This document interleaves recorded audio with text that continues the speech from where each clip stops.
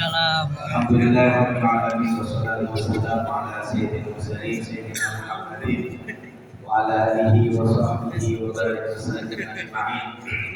Qalu subhanaka la ilma lana illa ma 'allamtana innaka antal alimul hakim. Allahumma iftah 'alaina futuhal 'arifin waj'al a'malana khalisatan liwajhikal karim bi rahmatika ya arhamar rahimin. Rabbi shrah li sadri wa yassir li amri wahlul 'uqdatam min lisani yafqahu qawli. Amma ba'du. Para jemaah Masjid Ar-Rahmah yang saya hormati, alhamdulillah kita oleh Allah masih diberikan iman sehat walafiat sehingga kita bisa berkumpul di majelis ilmu yang insyaallah berbahagia ini.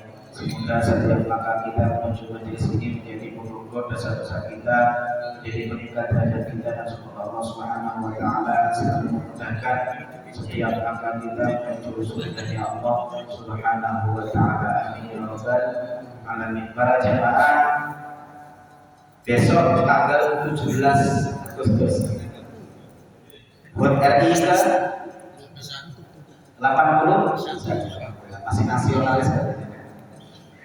Kita akan membahas tentang fikih kemerdekaan dan hal-hal yang terkait tentang masalah Agustusan. Insyaallah nanti kalau waktunya cukup saya sedikit bahas tentang Maulid Nabi Muhammad SAW.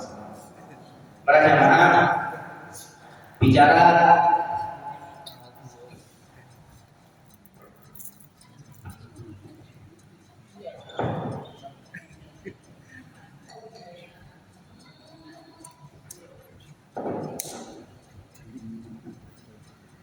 merdeka itu ada satu nikmat Allah Subhanahu wa taala yang tidak pernah kita rasakan dan ini jarang kita syukuri.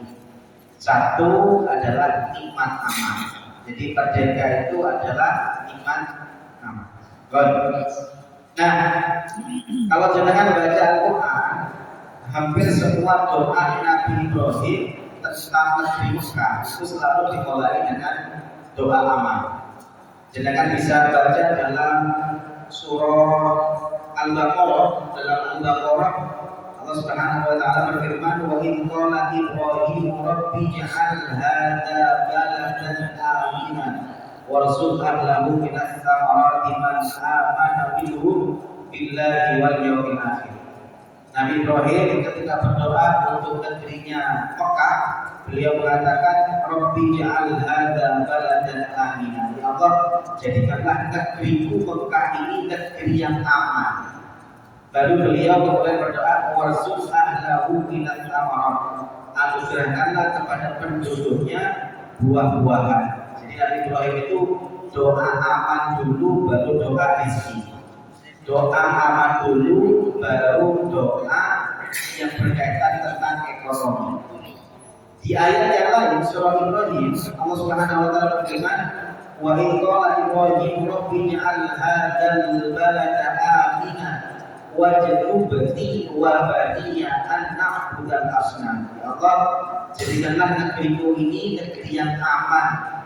Baru beliau doa, jauhkanlah negeriku dan penduduknya dari menyembah berhala.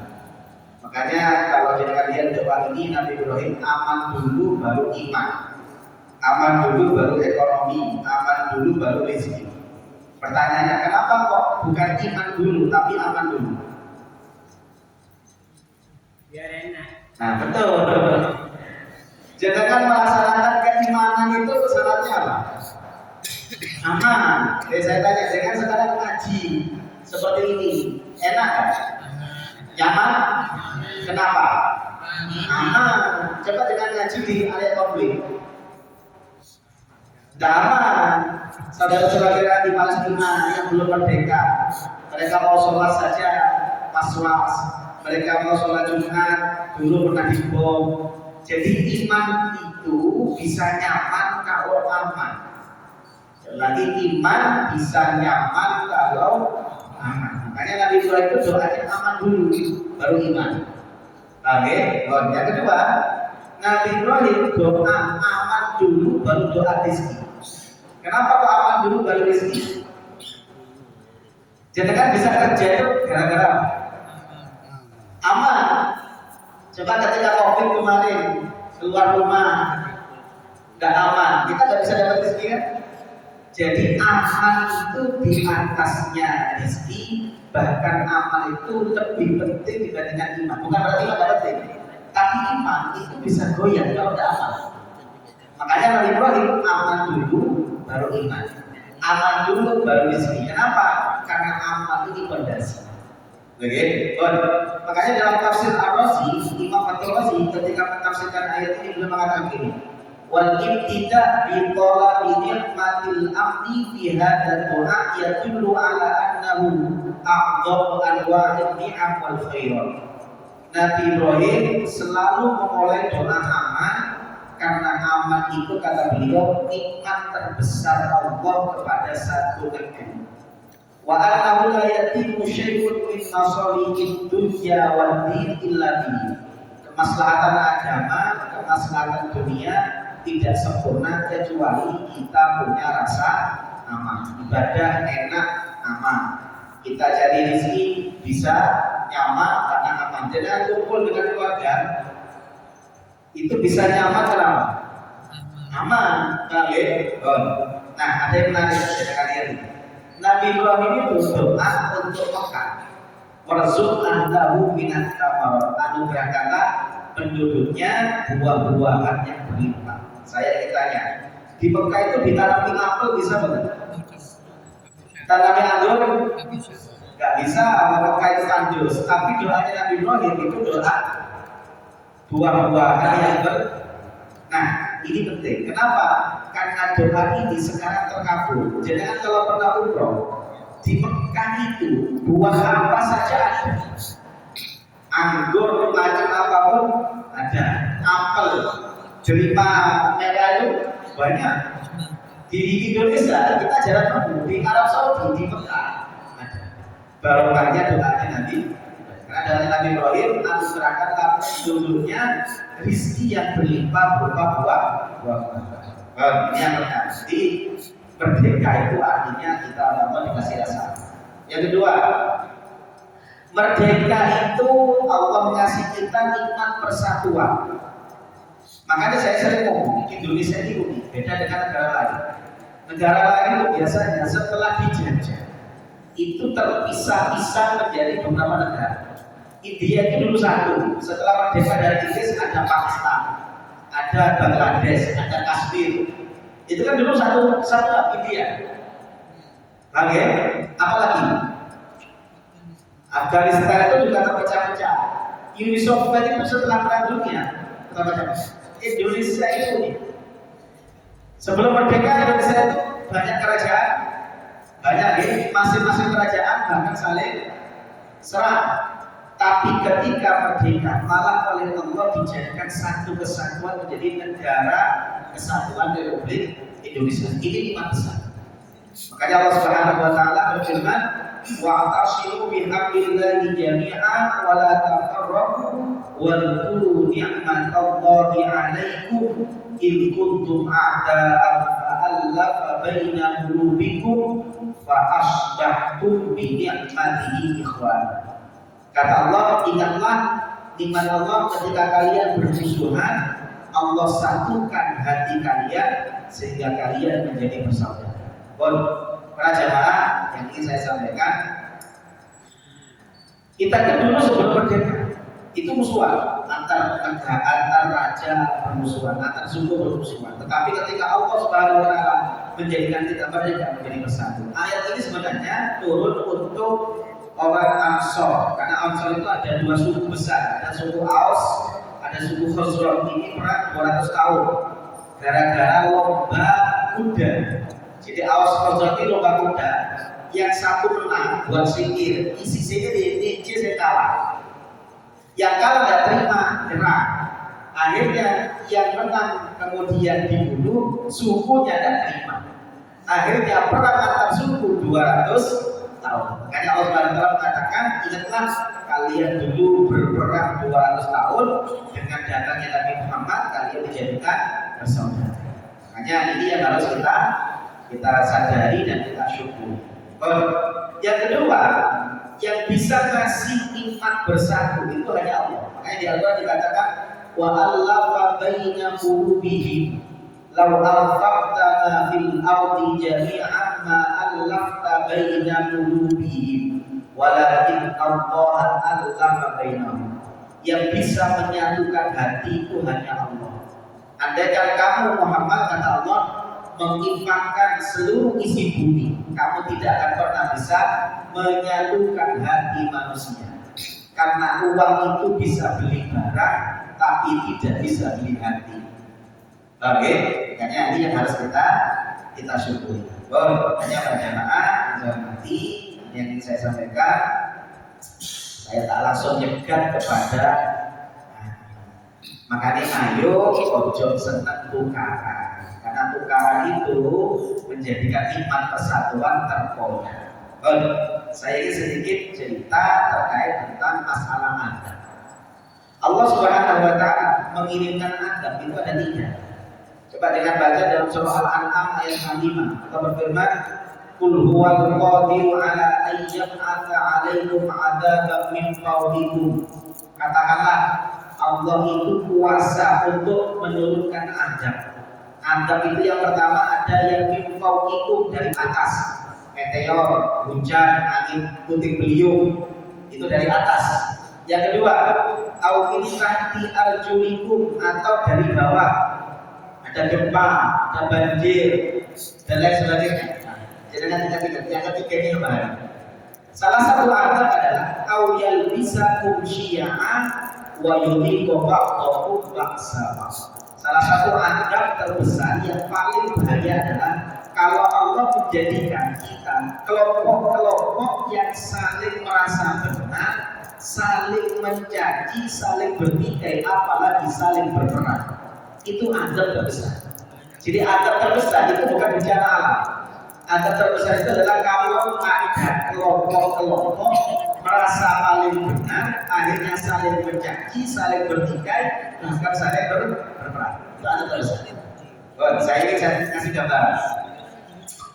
Bencana alam itu korbannya lebih banyak mana dengan bencana ukhuwah. Bencana ukhuwah kita lihat korban tsunami dibandingkan korban kematian gara-gara perang saudara di Syria, lebih banyak mana? Syria sama tsunami berapa? Syria, jumlah Syria itu jutaan, dan sampai sekarang nggak selesai. Jadi bencana alam itu korbannya jauh lebih sedikit. Nomor 2, recovery-nya gampang. Tsunami itu sebesar-besarnya tsunami, 1 tahun dibangun ulang selesai. Tapi kalau jangan lihat negara yang berkonflik bisa bangun, tidak bisa. Makanya ini yang harus kita jaga. Nah, ini yang ingin saya sampaikan. Kita sekarang masih ada banyak nemu taman kota. Jangan sampai taman kota itu berubah menjadi taman puing-puing bangunan. Kita masih enak sekarang masih lihat bunga-bunga. Jangan sampai bunga-bunga ini berubah menjadi jejeran senjata. Kita masih enak sekarang banyak kolam renang. Jangan sampai nanti anak-anak kita malah kelautan karena ingin cari suara. Ini kalau jangan lihat yang merah ini lipstik. Jangan sampai lipstik istri jadikan berubah menjadi kuning. Kenapa? Peluru. Ini gara-gara apa? Gara-gara kita tidak mau bersatu. Makanya ayo baca seneng deh. Tapi ada yang unik. Dengan kalau baca hadis itu Masya Allah, bisa katakan. Nah, Rasulullah itu di hadis Muslim pernah doa kepada Allah tidak. Allah kabulkan doa dan Allah tidak kabulkan satu. Apa itu? Yang pertama kata Rasulullah, sa'altu Rabbi alla yuhlika ummati bisana. Aku minta kepada Allah jangan rusak, jangan binasakan umatku karena kekeringan. Makanya kekeringan kayak apapun tidak mungkin akan menghabiskan semua umat manusia. Karena itu doa Rasulullah. Makanya kekeringan ya korbannya dan bakal banyak. Karena ini doa Rasulullah. Yang kedua, wasa'atu alla yuhlika ummati bil gharq. Aku minta kepada Allah umatku jangan binasa gara-gara tenggelam. Makanya tsunami sebesar apapun pasti yang meninggal dengan yang selamat itu lebih banyak ya selamat, karena doanya Rasulullah beda dengan Nabi Nuh.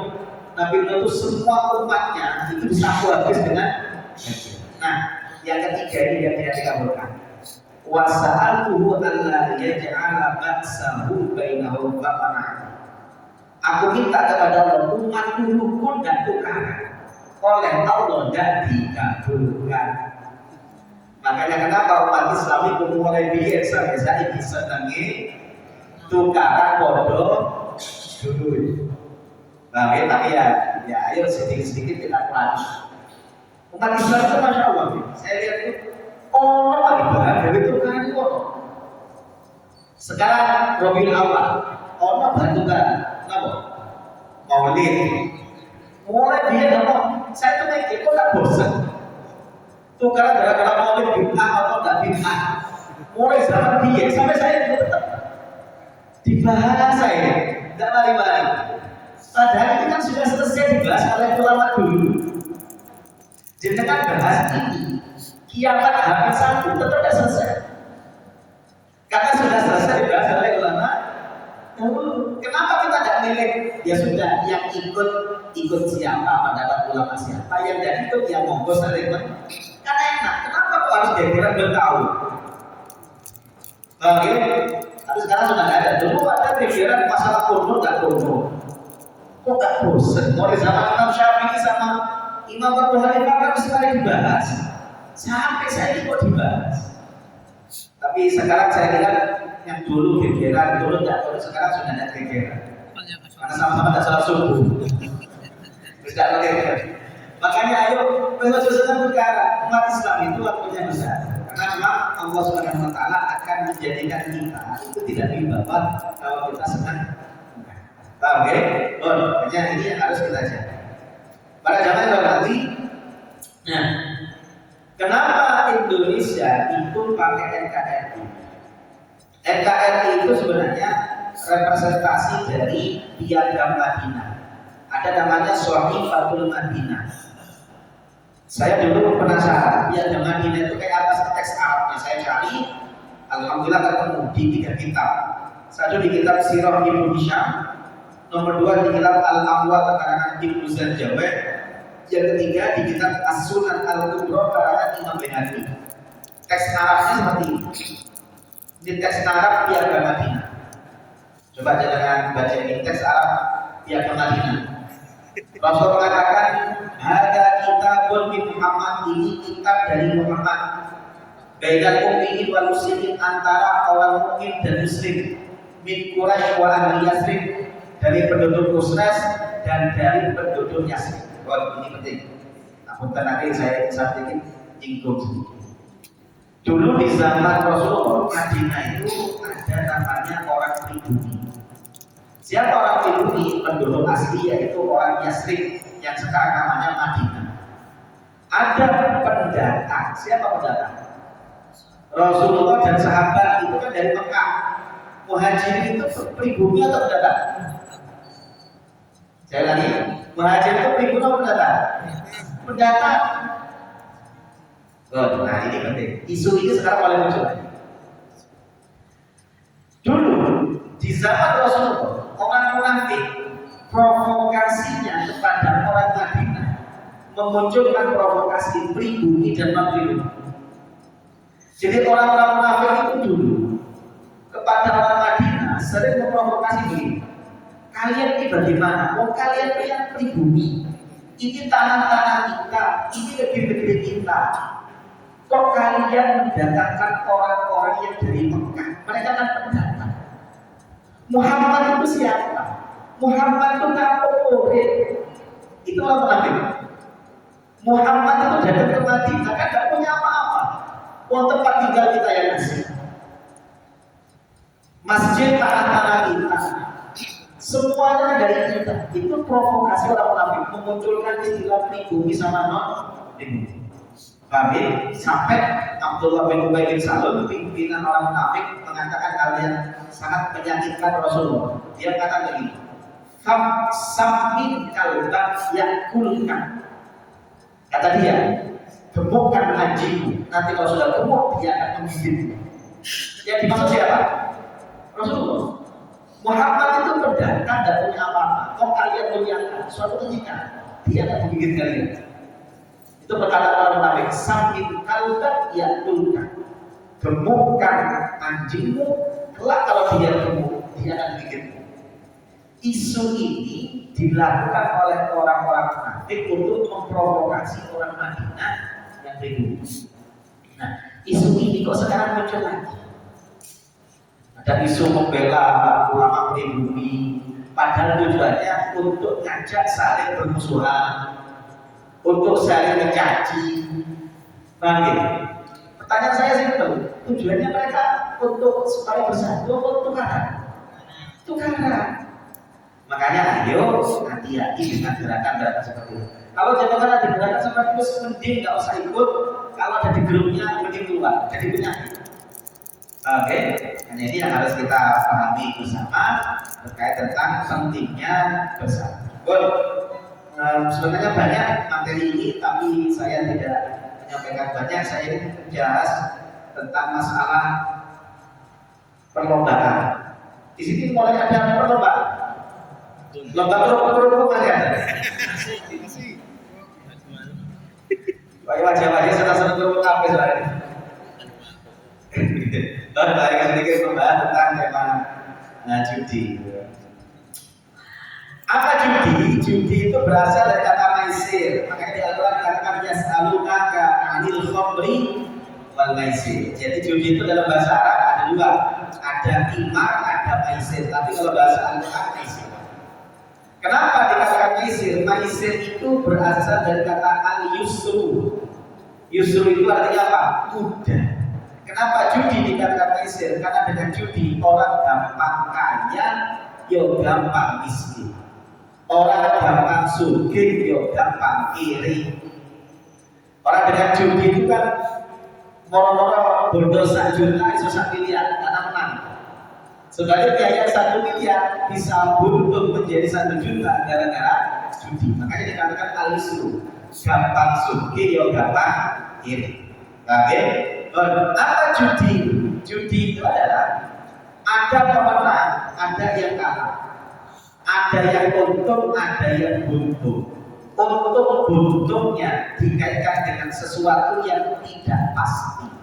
Itu namanya judi. Oke? Jadi ciri-ciri judi itu ono sing untung, ono sing buntung, untung buntung ini dikaitkan dengan sesuatu yang tidak pasti. Kemarin ada final Piala Dunia. Sing pendukungnya Spanyol naruh 100 juta.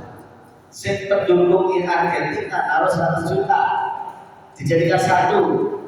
Kalau yang menang ternyata Spanyol, maka dia untung dapat 200. Pendukung Argentina buntung dalam kehilangan 100. Sebaliknya, kalau umpama Argentina menang, dia untung. Yang pendukung Spanyol buntung karena kehilangan 100. Untung buntungnya dikaitkan dengan sesuatu yang tidak pasti. Apa? Hasil final Piala Dunia. Itu namanya judi. Oke, sekarang macam-macam ada judi online. Judi itu hati-hati jangan kalau punya anak. Kalau senang main game online itu biasanya sudah mulai mengarah. Nah, di game online itu biasanya ada hadiah. Nanti itu kecanduan-kecanduan akan biasa gampang masuk ke judi online. Ngeri judi online itu. Beberapa kasus itu ada yang sampai berani bunuh ibu sama bapaknya gara-gara kecanduan judi online, buat modal dan nemu duit bapaknya akeh kok gak mati-mati, akhirnya dibunuh. Nah, kenapa judi online itu sekarang marak di Indonesia? Karena sebenarnya permainan judi itu adalah permainan kita waktu kecil. Ini contoh judi zaman now. Jadi, ada yang pernah main ini? Sepertinya pemain semua ini. Makanya kita itu mulai kecil itu sebenarnya mainannya main judi semua. Lo kelengaran itu judi, dari mana judi? Saya punya kelengaran 10, ngajak teman 5, 10, 50 kelereng. Titis-titisan. Setitis ngiring. Sekala kehilangan 10. Artinya saya bisa dapat 50, maka saya untung, teman saya buntung. Sebaliknya kalau saya tipis, saya buntung karena kehilangan 10. Teman saya untung buntungnya dikaitkan dengan sesuatu yang pasti apa? Tipis atau tidak tipis. Zaman saya kecil, sing tipis-tipis, duitnya akeh. Kenapa akeh? Menang dijual teman-teman. Gimana? Itu judi. Makanya kenapa orang-orang sekarang itu kita itu kadang-kadang sering judi? Karena orang pemain kecil itu sebenarnya ada unsur judi. Karet. Kalau dulu karet itu berharga, sekarang berharga. Karet itu dijual dulu deh. Ibu-ibu gini, antar teman-teman kan karet dijual. Ada lagi. Ini anak jenengan tidak tahu ini. Kartu. Dulu ada kartu Power Rangers, Satria Baja Hitam, Sailor Moon, Saras. Oke, Saras no. 008. Saras 008. Lagi lanjut. Lagi judi ini. Mau itu bisa nggak teman? Ini lagi judi. Ini kayaknya masih beberapa tahun masih ada. Dulu sama teman saya, hadiah utama itu jam judi. Ini judi. Ini yang kotak-kotak kertas ini isinya nomor. Kalau zaman saya dulu ada permen cicak kecil. Oke, seberapa ya? Pemain semua, sebenarnya lagu apa tadi? Bahasa lagi. Yang di desa kalian tahu. Pertanyaan saya, ketika jenengan beli yang kotak-kotak itu yang kertas itu jenengan beli permennya atau mikir angkanya? Hadiahnya, uang setelah beli kalau cicaknya dibuang, betul. Hadiah pertama 10, jam dinding macam-macam. Ini yang dijual 100. Ternyata saya beli 10, kok tepat KB hadiah utama. Pertanyaan saya, sisanya 90 laku kan? Dan aku toko buntung. Saya buntung dan untungnya dikaitkan dengan sesuatu yang tidak pasti. Apa? Nomor yang kedua. Bagi sebaliknya saya sudah beli 40, tidak tepat 14. Maka saya buntung memilih warung buntung. Buntung-buntungnya dikaitkan dengan sesuatu yang tidak pasti. Apa? Nomor yang kedua. Ini juga. Zaman sekarang lebih keren dan togen. Sekarang masih ada togen. Ada, masih bertahan dan togen. Zaman saya kecil itu togen itu macam kuburan itu ramai. Bukan ramai orang ziarah, bukan. Lu nomor. Orang kuburan orang takut ibadah, ini nomor yang saya nggak tahu guys, siapa sih takut ini. Ada pohon besar tanyakan. Untuk selagi waktu kecil itu ada namanya buku primbon, nomor token. Jadi nanti kalau mimpi kerap itu nomor berapa? Mimpi apa jadi ini? Mimpi ulo. Itu nomor PKB. Insyaallah. Dulu orang gila zaman token, nangis. Wong gendeng tak mau kabeh. Semoga yang tertawa bukan pelaku. Karena gendeng. Lalu kita masih judi. Lagi. Nah, ada yang judi yang terselubung ini. Ini sekarang banyak di mall. Di mana judinya? Bukan hanya di mall. Saya kemarin ke rumah saya di desa itu, di Pasuruan itu, toko-toko di desa itu sudah banyak yang permainan cakitan itu. Di mana judinya? Di mana judinya cakitan? Jadi kan sekali nyampe berapa? 10.000 lah. Jadi kan sekali nyampe 10.000. Sudah nyoba 10 kali tek 100.000. Tidak nyampe. Jadi kan buntung atau Untung. buntung. Sebenarnya siapa? Keduanya. Pemilih. Karena pemilih dapat uang 100 tanpa keluar apapun. Sebaliknya jenengan sekali bayar 10.000, nyampe hadiah gede 500.000. Pertanyaan saya, yang untung siapa? Pemain. Yang kalah? Pemilih. Buntung 500.000. Untung buntungnya dikaitkan dengan sesuatu yang tidak pasti. Apa? Nyampe atau tidak nyampe? Ini judi. Jadi kejar-kejaran. Ada yang judi ada kalau permainan biasa kan di beberapa tempat juga ada yang kayak gitu, ada yang hadiah, ada yang enggak. Yang muter ada yang gajah, macam-macam. Nah kalau yang permainan biasa enggak, permainan biasa kan enggak ada ininya. Nah, kalau kartu itu kan gara-gara skill kita, bukan kata teknologi ini kan enggak hilang dapat. Paham ya? Ini usul judinya di sini. Ada lagi ini di TV banyak semacam ini. Dulu ada Who to be Millionaire. Judinya di mana? Ketika ada peserta, saya tanya, saya jawab, dia dapat 10 juta. Di tahap ini belum judi. Kenapa Pak belum judi? Karena hadiah. Tapi setelah dia dapat 10 juta, saya tantang, mau tahap selanjutnya atau bukan? Kalau tahap selanjutnya, Anda harus mempertaruhkan 10 juta yang Anda terima dengan hadiah setelahnya. Kalau menang bisa 100 juta, tapi kalau kalah 10 jutanya hilang. Inilah unsur judinya di tahap kedua dan ketiga. Ada dulu sistem bom. Bagian sistem bom itu kemudian saya dapat bom, dapat hadiah 1 juta. Kemudian saya ditawar lagi. Bagaimana dengan 1 juta ini mau dipertaruhkan dengan sistem bom selanjutnya atau tidak? Permainan ini sebenarnya permainan judi. Apalagi sekarang trading yang hanya trading yang bukan jual beli saham asli ya, tapi jual beli angkanya itu juga judi. Oke?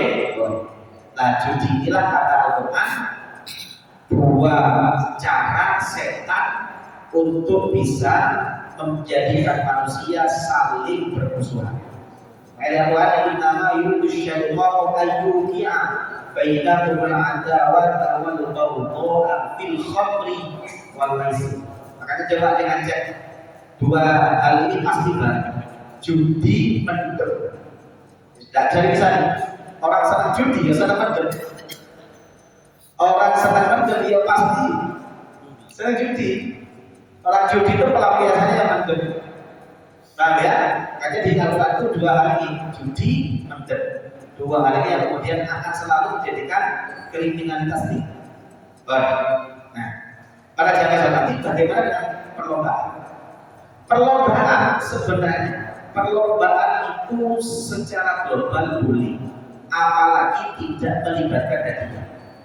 Ayat pertama mengatakan wa ajma'al muslimun ala jawazil musabaqah fil jumlah.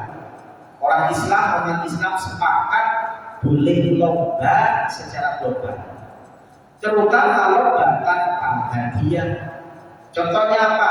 Lomba al-aqdam, lari, sufur, perahu, tuyul, bahkan lomba burung, asalkan ada hadiahnya begini. Ada hadiahnya. Bigol, ambil, gajah, bahkan wala juzul musyawarah, lomba bulan pun sebenarnya boleh. Asalkan tidak melibatkan. Bahkan Rasulullah itu sering lomba dengan Siti Aisyah. Salah satu romantisnya Rasulullah SAW itu adalah beliau sering ngajak lomba istrinya. Di bapak-bapak terutama yang sudah sepuh-sepuh sekali-kali ngajak istrinya lomba lari.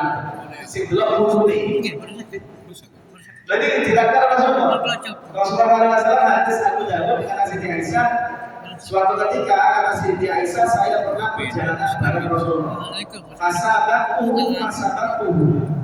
Ketika itu Rasulullah berjalan, saya menang. Ya wajar. Siti Aisyah kan masih muda. Rasulullah kan ketika menikah sama Siti Aisyah usia 50 tahun. Jadi ketika lomba lari, Siti Aisyah menang. Palamma hamilul lakna, kata Siti Aisyah, setelah saya menikah, tambah lama kok tambah gemuk, kata Siti Aisyah. Akhirnya suatu ketika saya lomba lari sama Rasulullah, saya kalah. Maka Rasul katakan hadihi bitil kasabqah. Kemenangan ini adalah balasan kekalahan saya yang sebelumnya. Hanya bapak-bapak ibu-ibu itu sekali-kali lah dengan melakukan barang kali bojone lomba lari. Rasulullah SAW termasuk orang yang sangat romantis sama itu. Beliau biasa makan bareng, minum bareng, itu biasa. Yang menjadikan Siti Aisyah itu sangat kagum sama Rasulullah. Kata Siti Aisyah ini dengan saya pernah minum di satu gelas dan Rasulullah SAW minum pakai gelas sisa minum saya. Yang menjadikan Siti Aisyah kemudian terkesima, kata Siti Aisyah itu berkata begini. Dan Rasulullah SAW menempelkan bibirnya di bekas bibirku yang ada di gelas itu. Jadi salah satu romantisnya Rasulullah. Makanya kadang-kadang kalau suami istri itu gelas hiji ayo jawabannya aku. Mungkin tidak gelas bojo beda. Itu gelas bojo ini digawe nanti bojo ini kamu. Rasulullah itu salah satunya menjadikan Siti Aisyah terkesima itu adalah bukan hal besar, hal simpel. Kalau Siti Aisyah itu kalau mengenal Rasulullah itu mengenal suaminya itu ya salah satunya dia bilang itu saya pernah minum dan Rasulullah minum di bekas bibir itu kata Siti Aisyah. Oke, sekali-kali jangan seperti itu. Rasulullah itu pernah sama Siti Aisyah nonton bareng, tapi bukan bioskop, nonton. Jadi Rasulullah itu pernah kan kalau kita lihat rumahnya Rasulullah itu kan sekarang makam itu, masjid itu roboh. Jadi makam sama masjid, rumahnya Rasulullah dengan masjid itu dempet. Jendelanya Rasulullah itu sudah masuk masjid keluar. Dan suatu ketika di masjid itu ada orang-orang Habasyah itu latihan perang, kayak semacam tarian perang.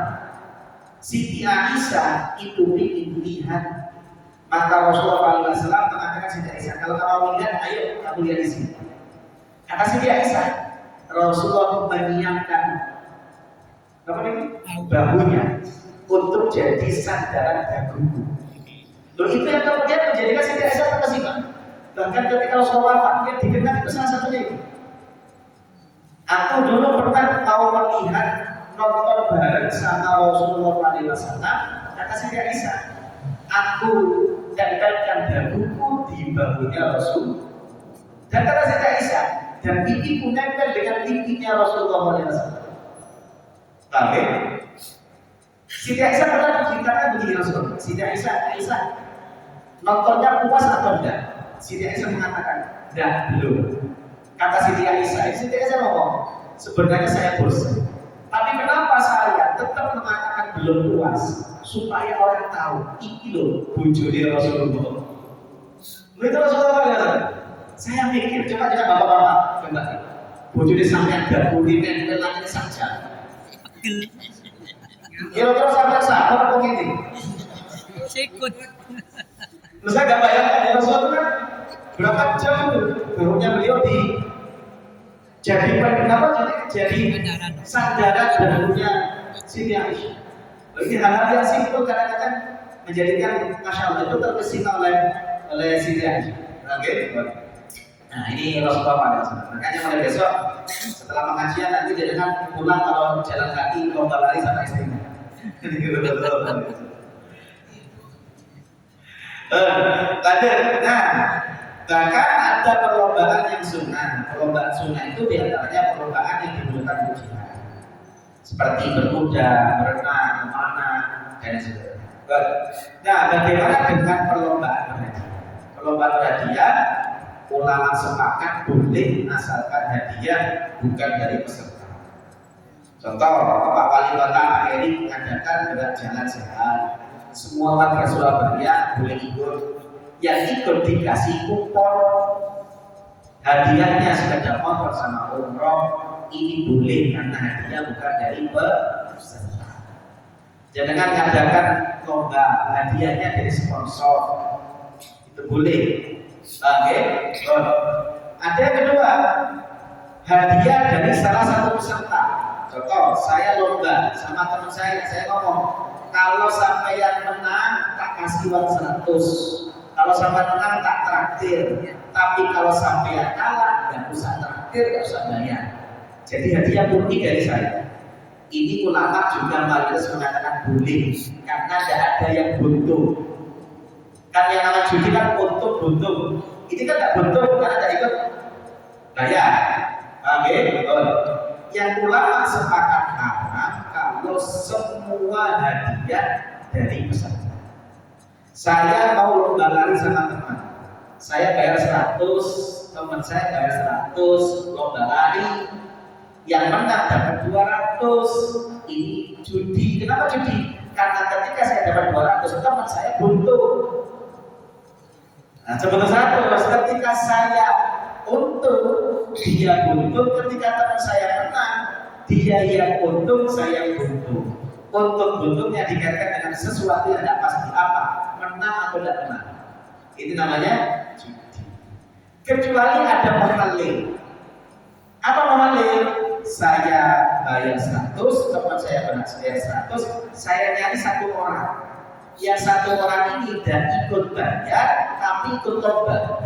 Kalau dia menang, dia dapat hadiah sama. Maka yang tiga ini namanya muhalil. Kalau yang seperti itu, syaratnya muhalil satu, imbang. Jadi mama saya umur 30, 40, teman saya 30, 40. Kalau lomba lari itu udah rugi. Maka muhalilnya harus sama. Jangan sampai saya 30, 40, teman saya 30, 40, boleh muhalil umur saya kan, umur 10. Wes duwe penyakit asma, belayu 10 meter depan, ini tidak bisa jadi muhalil karena tidak imbang. Jadi syaratnya muhalil harus punya potensi menang sama. Oke, kayak gitu. Lomba Agustusan bisa harap, bisa halal. Kalau semua warga ditarik satu sewa, ditarik sewa, apa tujuannya? Sebagian dari kupon yang ada, yang dibeli 50-100 ribu, dibelikan hadiah. Yang hadiah yang diperebutkan antar warga dengan perlombaan, maka itu namanya judi. Pertanyaan saya, jangan ketika beli kupon itu yang dibeli apa? Hadiah. Hadiah nggak ada, mau saya kata itu, mau kuponnya nggak ada hadiahnya. Ini judi. Makanya cara supaya tidak judi bagaimana? Satu, hadiah harus tidak boleh dari peserta. Contoh, umpama dari warga, saya sugi-sugi ditarik. Pak, warga semua urutan 100 nggak apa-apa. Yang kaya-kaya ditarget 1 juta, 2 juta. Hadiahnya diambilkan dari sumbangan orang kaya. Loh Ustaz, warga ditarik boleh nggak? Boleh, asalkan tidak terjadi hadiah. Jadi nanti tarikan 100 itu jadi operasional, jadi peralatan, jadi nanti malam kan biasanya ada tahlilan, makan-makan kan apa? Ya nggak boleh itu. Urutan warga untuk hadiah. Oke, jadi kalau warga urutan 100, tapi hadiah diambilkan dari donatur kaya, tidak masalah karena hadiah dari pihak atau dari dana desa. Tapi tidak boleh dari dana RT RW, kan ada biasanya iuran bulanan. Lah tidak boleh dari iuran bulanan. Kenapa? Karena iuran bulanan ini kan sebenarnya milik warga juga kan. Maka kalau dijadikan hadiah berarti kan dari warga diperebutkan antar ya. Oke. Cara ketiga, kalau di masa jualan produk, jadi mama yang ikut boleh beli minuman sama snack. Yang beli minuman tak kasih kupon, tapi kuponnya bukan dijual belikan, karena yang dijual belikan adalah snack sama minuman. Pertanyaannya, hasil penjualan snack sama minuman punya siapa? Penjual. Punya penjual. Dijadikan hadiah boleh tidak? Boleh, karena tidak diperebutkan. Oke, tapi nggak boleh begini Pak. Air minum air dirasa ini 11 meter, 500. Dijual saya ketemu, nggak boleh. Itu berarti bukan beli minumannya, beli apa? Kuponnya. Oke. Yang keempat, kalau di desa saya usul tidak semuanya ditarik. Ada warga-warga miskin, itu jangan ditarik. Tujuannya apa? Supaya jadi muhalil. Dia tidak ikut iuran, tapi ikut lomba dan dapat. Nah kalau di warga, biasanya kalau perumahan itu kan sulit, hampir mirip kan, orang miskin kan mungkin jarang. Nah saya kalau di rumah, usul saya santan, kemudian tukang bersih itu diajak ke lomba, tidak usah bayar tapi ikut lomba. Fungsinya apa? Jadi muhalil. Oke, ini yang kemudian harus kita tata. Saya tidak larang ini, tidak larang apa ini perlombaan, karena perlombaan dilarang itu ya agak repot. Jadi minimal ditata supaya tidak mengandung unsur. Oke, nah saya kira cukup. Terakhir guys, Itu juga judi biasanya SMS ini. Buat saya tanya, sekali SMS itu nilainya berapa? SMS 100 gitu. Tapi kalau jangan ikut SMS berhadiah, sekali kirim SMS itu bisa 2.000, bisa 4.000. Itulah judi. Kenapa? Karena SMS-nya 100, sisanya itu diperbutkan jadi hadiah. Oke, terakhir, gini, bagus.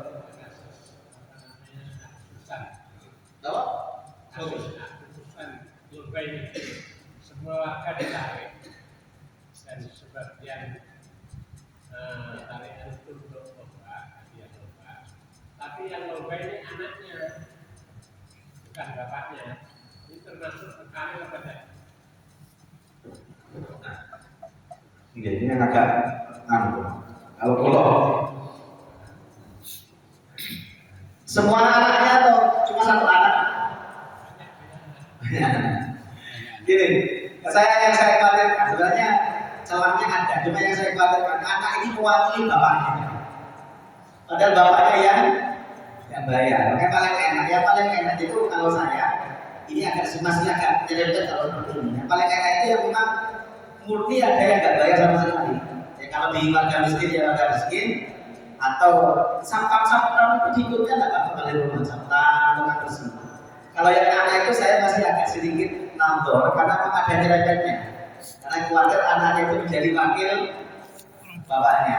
Paling aman itu kita itu sampah bersih. Kalau di sekolah saya biasanya ngajarkan ya sudah khusus siswa-siswi yang yakin harus ditarik, tapi tetap ikut lomba. Itu biar jadi mahal. Ada gitu. Ada lagi? Saya pesan satu kalau belum ada, ayo kita coba. Jangan nodai darah syuhada kemerdekaan dengan kemaksiatan di acara bagus. Jangan sampai Agustusan itu kan sebenarnya mendoakan yang mati syahid gara-gara berjuang. Ojo diisi dandukan erotis, minum-minum dan sebagainya. Coba jangan mikir, bahwa menowo jangan sampai mati. Waktu ini sampai hor diisi joget. Apa dagang mas? Bagaimana dengan para syuhada yang dulu mengorbankan nyawanya, mengorbankan segalanya. Waktu Agustusan diisi tarian-tarian. Bentar. Dulu orang ingin dengarkan lagu jedang-jeding. Orang ingin lihat ini lagu-lagu yang kayak diskotik itu harus ada diskotik sebanyak. Sekarang enggak, diskotiknya diundang.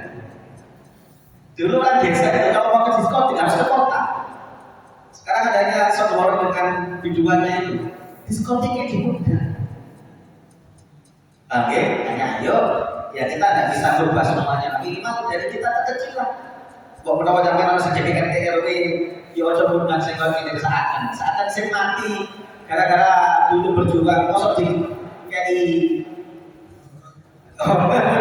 dia seakan nanti ada satu hadis yang kita harus mengatakan sinfani min ahlina lam arahuma. Ada dua kelompok penduduk neraka yang aku tidak melihat saat ini. Artinya di zaman Rasul ada, tapi nanti di akhir zaman ada.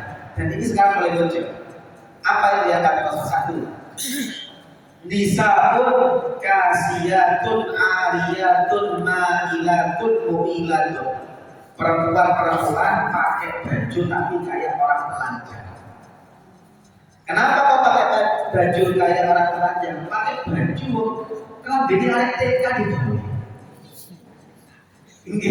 Kelambi kurang kaya itu dikali. Baju kayak apa? Tahu apa jenenge? Baju kayak tempat ya digawe. Baju-baju yang kemudian meskipun nutup, tapi warna kulitnya tidak tertutup gara-gara tangan tipis. Ini yang dimaksud dengan kasiyah ariyah. Perempuan pakai baju tapi kayak hanya ayo dengan yang minimal saya kan tidak bisa merubah semuanya, minimal dari komunitas pengajian ini ayo minimal jenengan nek ono sing koyo kene wis coba teko. Kan ngapunten misalkan yang seperti ini biduannya mari anak SD TK delok mereka. Bapak-bapak yuk pada semangat kadang-kadang. Makanya ayo kita sedikit-sedikit hargailah perjuangan para syuhada yang mati gara-gara memperolehkan kemerdekaan ini, jangan diisi dengan kemaksiatan. Betul ya? Cekap, tidak usah takut ya. Semoga menjadi ilmu barokah. Semoga kita diberikan orang semua jalan kebaikan. Bismillahirrahmanirrahim. Alhamdulillahirobbilalamin. Allahumma shalli wa sallim ala sayyidina Muhammad wa ala ali sayyidina Muhammad. Rabbana ighfir lana wa liwalidina warhamhum kama rabbawna shighara. Allahumma anfa'na bima 'allamtana wa 'allimna ma yanfa'una wa zidna 'ilma. Rabbana la tuzigh qulubana ba'da idh hadaytana wa hab lana min ladunka rahmah innaka antal wahhab. Rabbana lana min azwajina wa dhurriyyatina qurrata a'yun waj'alna lil muttaqina imama.